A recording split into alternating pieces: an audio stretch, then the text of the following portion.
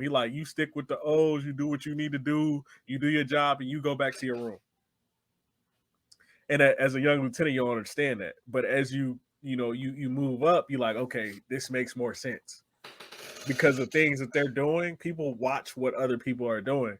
And so as a leader, you want to be like, I started, they talk about this in Stoicism, where get you a room of people that you would want to be like. And ask these mentors in your mind, are these the characteristics that this person embodies? Watching a documentary, would Jordan act like this? Yeah, Jordan has a gambling issue. But if you wanted to be great in your capacity, in your lane, like Michael Jordan, how would you act?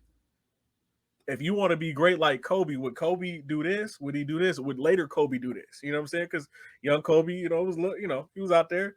But like that relentlessness that they bring to the table, how would they act in this situation?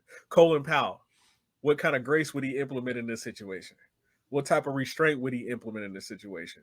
Abraham Lincoln, how would he go about the situation? Would he go to a duel with this person because this is magical or not? How would Frederick Douglass address this issue? You know what I'm saying? So how would Denzel walk into this room?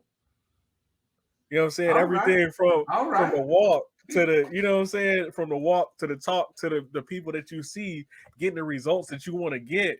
How would they approach this? And Mike, remember years ago when we talked about when you wanted to start the recovery, thing. I'm like, I asked myself, what advice would Grant Cardone give him? What advice would Gary Vee give him? What advice, you know what I'm saying, would Inky Johnson give him? And I gave you this rant and you just took off with it. And I'm like, wow. That's they talk about energy. They're like, energy is neither, it's not, created, you know what I'm saying, nor destroyed. It's transferred.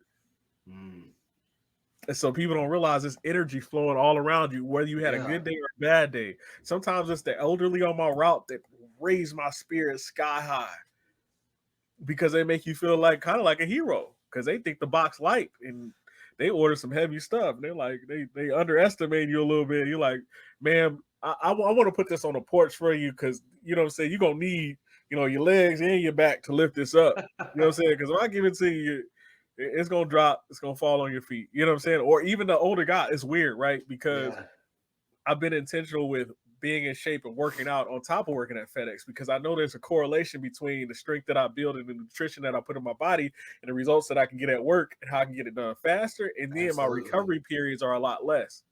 And so being intentional with that has shown me that like there is a way, there is a pathway there.